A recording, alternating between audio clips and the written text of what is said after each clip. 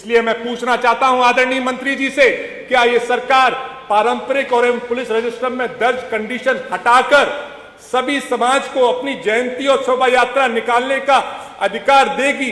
क्या ये परमिशन को सरल बनाकर, भ्रष्टाचार मुक्त बनाकर, भेदभाव मुक्त बनाने के लिए गांव की परमिशन गांव में ही, गांव की शोभा यात्राओं को गांव में परमिशन दिलाना, ब्लॉक की शोभा यात्राओं जयंती को ब्लॉक में ही परमिशन दिलाना, जिस वो भी समयबद्ध करके, जिससे उन्हें पुलिस के और मुख्यालय के चक्कर ना काटने पड़े, उनके साथ भेदभाव ना हो? और करेगी तो कब तक? अगर नहीं करेगी तो क्यों नहीं? बहुत बहुत धन्यवाद सर। माननीय मंत्री जी।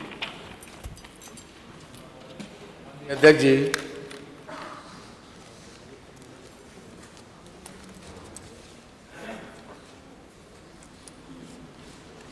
माननीय सदस्य ने जो सवाल उठाया है मान्यवर, वो अपने आप में एक महत्वपूर्ण है, लेकिन जो उन्होंने वक्तव्य दिया मान्यवर, उसके ऊपर घोर आपत्ति है मान्यवर। डिस्क्रिमिनेशन अमंग द क्लास नहीं है किसी प्रकार का। इसके लिए बाकायदा जब योगी 2 सरकार आई मान्यवर,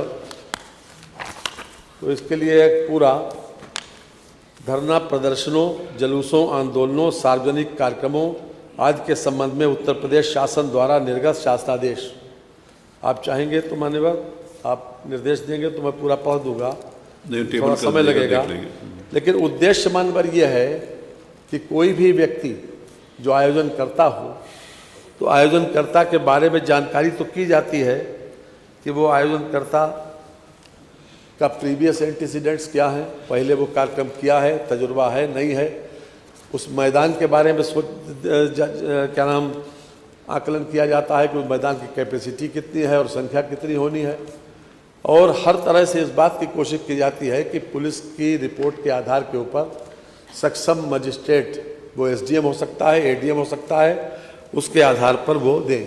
अगर एक थाना क्षेत्र से ज़्यादा का क्षेत्र है तो उसमें सर्किल ऑफिसर या डिप्टी एसपी अपनी रिपोर्ट देते हैं, ताकि शांति बनी रहे, सुरक्षात्मक वातावरण रहे, और वो पूरे जिस क्षेत्र में कोई शोभा यात्रा या कार्यक्रम आयोजित होता है उस क्षेत्र के बारे में पूरी जानकारी की जाती है मान्यवर। इसका एक इस शासनादेश का जो मंतव्य है वो यही है कि चाहे वो धार्मिक हो या सामाजिक हो, किसी प्रकार का आयोजन हो, ये प्रक्रिया मान्यवर इसमें बाकायदा लेखबद्ध की गई है, और उसके बाद एक स्पेशल स्टैंडर्ड ऑपरेटिंग प्रोसीजर भी मान्यवर जारी किया गया है। वो 4 बिंदु है, वो सब वो हमारा पढ़ देते हैं मान्यवर। एसओपी के अंतर्गत भीड़ जनित आपदा के दृष्टिगत निरंतर की जाने वाली कार्रवाई, कार्यक्रम में दृष्टिगत अग्रिम तैयारी, आयोजन के दौरान प्रबंधन एवं व्यवस्थापन तथा आयोजन के दौरान किसी भी भगदड़ या आपात स्थिति में की जाने वाली कार्रवाई के संबंध में विस्तृत निर्देश दिए।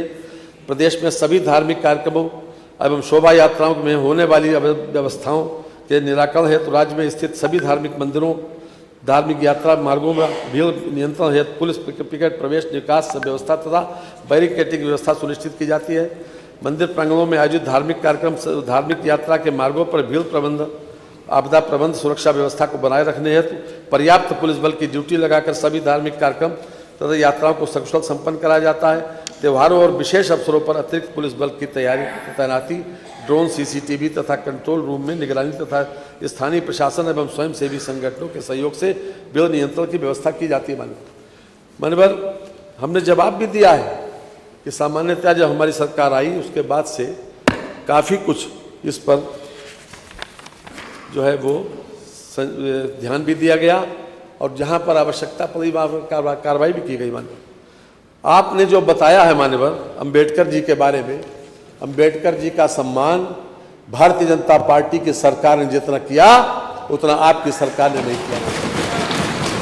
उनके जन्म स्थान से लेकर और जहां उनका देहावसान हुआ, जहां वो क्रिमेट किए गए मान्यवर, उनको बाकायदा पंचतीर्थ करके भारतीय जनता पार्टी की सरकार ने उसको लेकर उसको सजाया, संवारा, और आज वो एक प्रेरणा स्थल बने हुए हैं।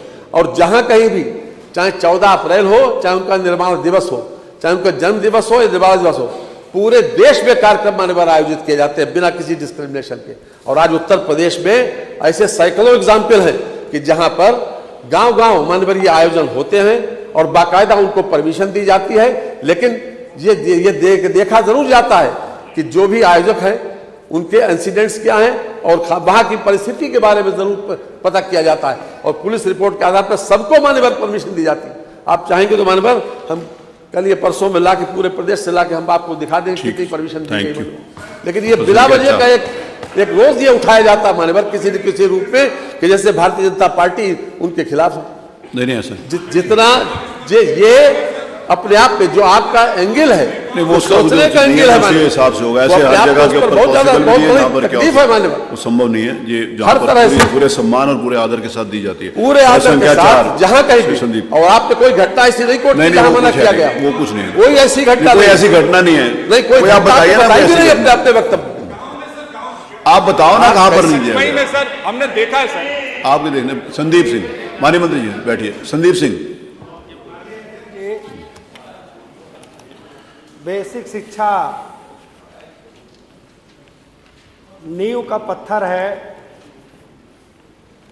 लेकिन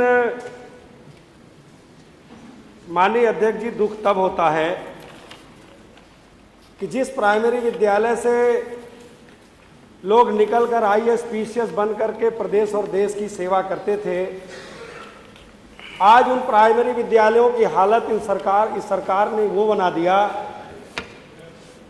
कि ढिढोरा पीटते हैं कि मुफ्त में भोजन देते हैं, ड्रेस देते हैं, लेकिन उसके बावजूद भी गांव का कोई बच्चा वहां पढ़ने नहीं जाना चाहता। कारण क्या है कि हमारे जो योग्य टीचर हैं जिन्हें पढ़ाना चाहिए उनसे एसआईआर कराया जाएगा, पंचायत की वोटर लिस्ट बनवाई जाएगी। हद तो तब हो गई माननीय अध्यक्ष जी कि जब उन्होंने पालतू आवारा कुत्तों की गिनती में उनकी ड्यूटी लगा दी गई। हद तो तब हो गई कि जब उनका मूल काम है उससे उनको हटा दिया गया।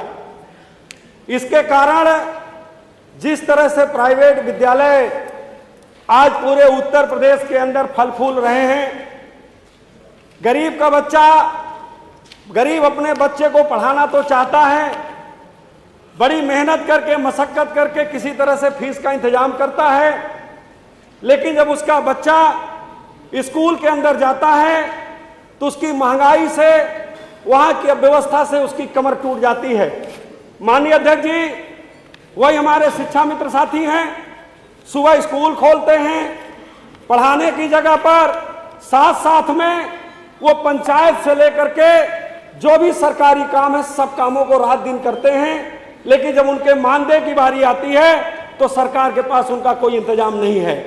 माननीय अध्यक्ष जी, आपके माध्यम से इतने गंभीर विषय पर माननीय मंत्री जी ने एक जवाब दिया है कि हमने शिक्षकों की योग्यता निर्धारित की है, पाठ्यक्रम मानदेय निर्धारित किया है।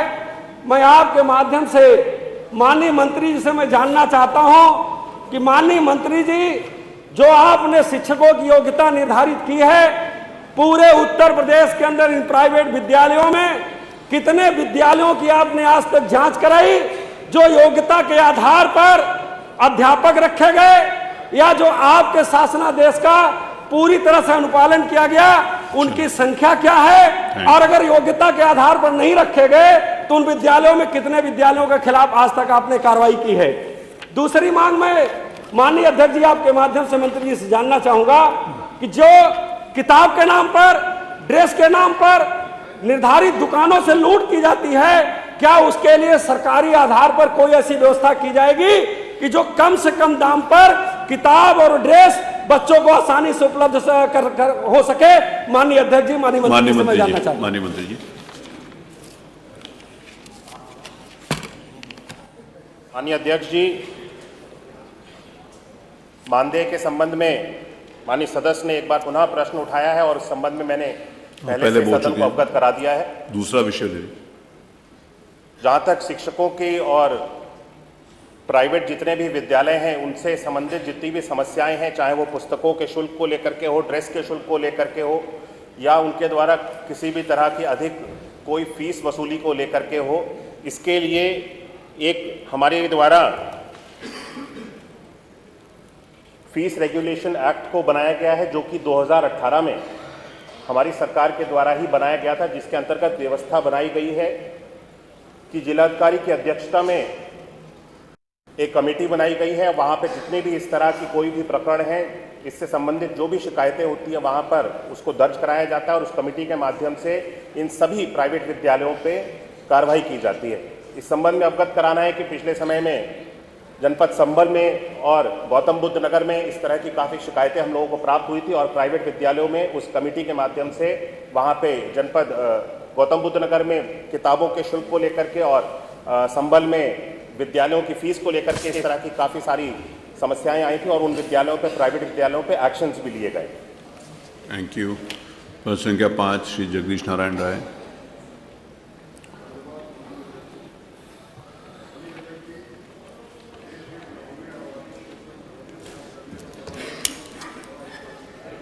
उठाया है, इसका बड़ा अच्छा परिणाम है।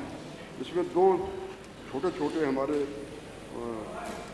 आ रही हैं कि ड्रोन सर्वे के बाद जब मानचित्र एक तैयार किया जाता है तो एक राजस्व टीम द्वारा सलीब पड़ताल किया जाता है। वो राजस्व टीम में कौन कौन लोग होते हैं, एक ये है। दूसरा, जब अंतिम प्रपत्र 7 तैयार हो जाता है तो संबंधित पक्षों को नोटिस दी जाती है। उस नोटिस की सुनवाई करने का अधिकार किसको है? बस 2 प्रश्न। माननीय मंत्री जी, बहुत स्पेसिफिक क्वेश्चन पूछा है, स्पेसिफिक उत्तर दीजिए। पूरे प्रदेश के संज्ञान में